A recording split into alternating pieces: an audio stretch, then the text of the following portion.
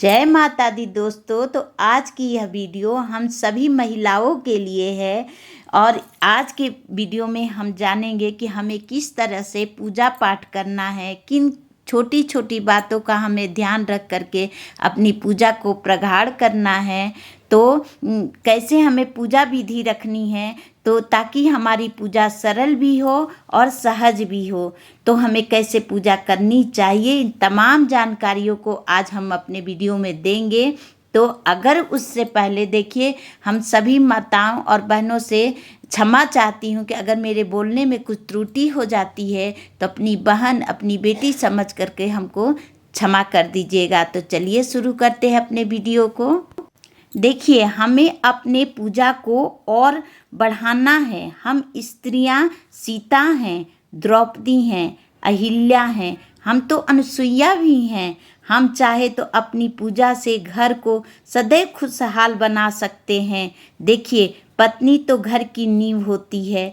पत्नी उस बीज की भांति होती है, जैसे बीज से वृक्ष बढ़ता है, उसी तरह से हम स्त्रियों के धर्म कर्म करने से उसके घर में सुख संपत्ति बढ़ती ही चली जाती है। घर का नींव मजबूत होता है। तो हम स्त्रियों को अपने घर की रीढ़ हैं। हम माँ के रूप में ममता हैं, बहन के रूप में समर्पण हैं, बेटी के रूप में त्याग हैं और पत्नी के रूप में प्यार हैं। तो हम स्त्रियों से ही घर महकता है। जिस घर में स्त्रियां रोज पूजा करती हैं उस घर में प्रसन्नता बनी रहती है। तो हम नहा धो करके अपने घर में मंदिर आ गए हैं और मंदिर में जब आप प्रवेश करें तो 3 ताली बजा करके, या देखिए हमने एक घंटी रखी है, उसको मैं घंटी को बजाती हूँ, और अगर आपने नहीं रखा तो 3 ताली बजा करके ही मंदिर में प्रवेश करें। और मंदिर में सबसे पहले अपने बाएं पैर को आगे रखें और फिर मंदिर में प्रवेश करें। तो इस तरह से हमारे भगवान जी सो रहे हैं, उनको हम उठाएंगे और उठा करके उनको जल पिला करके और फिर आगे का पूजा प्रोसेस सब साफ सफाई करूँगी। तो इस तरह से हमें पूजा पाठ का ध्यान देना है। देखिए, जब भी हम सुबह उठे ना तो सबसे पहले अपने हाथों का दर्शन करना है, हाथों को देखना है। सबसे पहला कार्य बिस्तर पे ही यह कार्य करना है। कराग्रे वस्ते लक्ष्मी, कर मध्य सरस्वती, कर मूले स्थितो ब्रह्मा, प्रभाते कर दर्शनम। हाथों को दर्शन करिए और फिर हाथों को मलकर अपने पूरे मुख पर उसको लगाना है, ठीक है। उसके बाद फिर अपने 5 कन्याओं का भी नाम लेना है। हम सारी स्त्रियों को, जैसे देखिए ये हमारे लिए आदर्श है, जैसे अहिल्या, द्रौपदी, सीता, तारा, मंदोदरी, ये 5 कन्या महापातक नाशनम, इनका नाम लेने से हमारे सारे पापों का नाश हो जाता है। तो हमें इन 5 कन्याओं का भी नाम अपने रोज के सुबह ये नियम से हमको लेना चाहिए। फिर धरती माँ को प्रणाम करके उठें और उठने के बाद देखिए, जब हम अपने मंदिर में, जब हम बायां पैर डाल करके जब अपने मंदिर में प्रवेश करेंगे, अपने भगवान को प्रणाम करते हुए अपने मंदिर की साफ सफाई करेंगे, पूरे घर में पोछा लगा देंगे। अपने मंदिर में साफ सफाई करने के बाद फिर उसके बाद ही हमें आगे की पूजा को करना है। तो इस तरह से देखिए, मैं जो डेली पूजा में जैसे करती हूँ वो मैं आपको दिखा रही हूँ। और अगर आपको अच्छा लगे तो आप इसको ज़रूर करिएगा। तो देखिए, इस तरह से पूजा के साफ सफाई करने के बाद फिर अब हम स्त्रियां अपना श्रृंगार करेंगे, क्योंकि ये यहाँ तक का प्रोसेस साफ सफाई का है। फिर इसके बाद हम सभी स्त्रियों को अपना श्रृंगार करके ही पूजा करना चाहिए, ठीक है। अपने श्रृंगार का मतलब ये नहीं है कि बहुत सजना को ही श्रृंगार नहीं कहते। हमारे हाथों में चूड़ी होना चाहिए, मांग में सिंदूर होना चाहिए, गले का मंगलसूत्र होना चाहिए।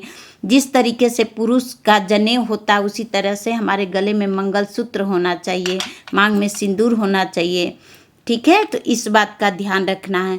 फिर उसके बाद मंदिर में आकर के देखिए, तांबे के लोटे में जल भर के उसमें फूल, अक्षत, रोली और इस तरह से डाल के सूर्य भगवान को अर्घ्य देना है। अर्घ्य देने के बाद माँ तुलसी की पूजा करनी है। देखिए तुलसी जी प्रत्यक्ष देवी होती हैं, इसलिए उनको हम लोग देखिए, भगवान को तो हम लोग ऐसे नहीं देखे, लेकिन तुलसी माँ एक प्रत्यक्ष देवी हैं, उनको हम लोग देख सकते हैं, तो उनका पूजन करना है। इस बात का ध्यान रखना कि रविवार को जल नहीं देना है, हम धूप दीप जला करके उनकी पूजा कर सकते हैं। फिर देखिए भगवान के जब हम तुलसी पूजन कर लेंगे और जब सूर्य भगवान को जल देंगे, तो जब हम जब अपने पूजा पाठ करने के लिए मंदिर में प्रवेश करेंगे, तो अपना मंदिर का दहलीज पूजन जरूर कर लेना है। गंगा जल से उसको साफ करके दोनों तरफ थोड़े थोड़े फूल रख करके और धूप अगरबत्ती दिखा करके वहाँ पर रख के और अपने बाएं पैर को आगे करते हुए मंदिर में प्रवेश करना है। इस बात का ध्यान रखना है हम सभी स्त्रियों को कि बाल खुला करके पूजा नहीं करना है, और बाल धोने के बाद बालों को अपने शिखा को अपने बालों को बांध लेना है, ठीक है, और टपकता हुआ जल नहीं रहना चाहिए। इस बात का हम लोग को ध्यान रखना है। और फिर उसके बाद अपने चूल्हे से कम एक भोजन तो प्रभु के लिए ज़रूर निकालिए। और देखिए आज मैं आपको बिल्कुल सिंपल दिखा रही हूँ कि बहुत अगर आप बिजी हैं ना, तो आप गुड़ रोटी चीनी उसमें घी लगा करके भी दे सकते हैं। अगर आपके यहाँ लहसुन प्याज बनता है, आप पूरा खाना नहीं बना सकते, तो आप इस तरह से बना करके दे सकते हैं। आप चाहें तो एक गिलास दूध भी भगवान को दे सकते हैं। तो इस बात का आप लोगों को ध्यान रखना है। तो अब हम लोग मेन पूजा पाठ के तरफ अग्रसर होंगे। तो देखिए जैसे ही हम लोग मंदिर में अपना जब मेन पूजा पाठ जब शुरू करेंगे, तो पहले पूरे सामान पे सभी चीज़ों पे गंगा जल छिड़क देना है। उसके बाद अपना अचवनी करना है। अचवनी करने के बाद फिर उसके बाद हमें सबसे पहले हमारा पूजा का साक्षी दीपक होता है। तो देखिए सबसे पहले भगवान को स्नान कराने से पहले दीपक जला लेना है। अगर आपका घी का दीपक है तो भगवान के दाहिने हाथ के तरफ, और तेल का दीपक अगर आप जलाए हैं तो भगवान के बाएं तरफ जलाना है। और इस तरह से अपने श्री विग्रह, अपने कान्हा जी, अपने लड्डू गोपाल जी को खूब सजाइए, संवारिए और उनको अपने आसन पर विराजमान कर देंगे। और बाकी जब सभी देवी देवता को जल डाल करके साफ स्वच्छ कपड़े से उनको साफ कर देंगे। धूप दीप नैवेद्य से उनकी पूजा करेंगे। और देखिए नित्य की पूजा में जो होता है, रोज़ की पूजा जब हम करते हैं, हमें उसी तरीके से पूजा करना है, ठीक है। आप जैसे अपने घर में करते आए हैं उसी नित्य भाव से पूजा करिए। लेकिन देखिए गणेश भगवान की पूजा हमें रोज़ करनी है, ठीक है। और गणेश जी को हो सके तो ध्रुवा चढ़ाइए अगर आपके पास उपलब्ध हो जाता है तो, और नहीं तो आप साधारण तरीके से भी गणेश जी का पूजन कर सकते हैं। लेकिन ज़रूर करना है, गणेश पूजन सबसे पहले करना है, क्योंकि गणेश जी की पूजा से सौभाग्य के साथ साथ वंश वृद्धि का भी कारक माना जाता है। तो आप ज़रूर गणेश जी की पूजा करिए। फिर भगवान की हम लोग भोग लगाएंगे, और भोग लगाने के बाद फिर उनको आरती कपूर से करना है। और कपूर से करने के बाद फिर देखिए इस तरह से, देखिए हमने इसमें कपूर रख लिया है और कपूर से हम लोग करेंगे भगवान की आरती। और इस जब ये रखेंगे को देखिए कोई भी सामान जब रखते हैं ना, तो अपने हाथों को शुद्ध कर लेना है, ठीक है। तब भगवान को, जैसे हमने अभी कपूर छुआ टच किया, तो अपने हाथों को धो करके ही भगवान को भोग अर्पण करें। इस बात का ध्यान रखना है कि बिना हाथ धोए भगवान को भोग अर्पण नहीं करना है, ठीक है। इस बात का हम लोगों को ध्यान देना है सभी स्त्रियों को। तो इस तरह से अपना पूजन पाठ करना है। और देखिए कई तरह के हमारे मन में सवाल होता है कि क्या स्त्रियों को शंख बजाना चाहिए या नहीं बजाना चाहिए। तो देखिए अपने अपने घर की परंपरा होती है। बहनों को शंख बजाने को लेकर भी बहुत अलग अलग मान्यताएं हैं, प्रचलित हैं। तो कुछ ग्रंथों और परंपराओं में यह माना गया है कि स्त्रियां शंख ना बजाएं, इसलिए कई घरों में महिलाएं शंख नहीं बजाती हैं। हमारे घर में भी यहाँ यही परंपरा है, हम घर में शंख नहीं बजाते हैं। तो आप अपने घर की परंपरा को देख लीजिएगा, आपके यहाँ बजाते हैं तो आप ज़रूर बजाइएगा, नहीं तो देख लीजिएगा कि आपके यहाँ कैसे है। लेकिन हम लोग नहीं बजाते, स्त्रियाँ नहीं बजाती हैं। और इस तरह से आप हनुमान चालीसा पढ़ सकते हैं, देवी भी सप्तशती का पाठ कर सकते हैं।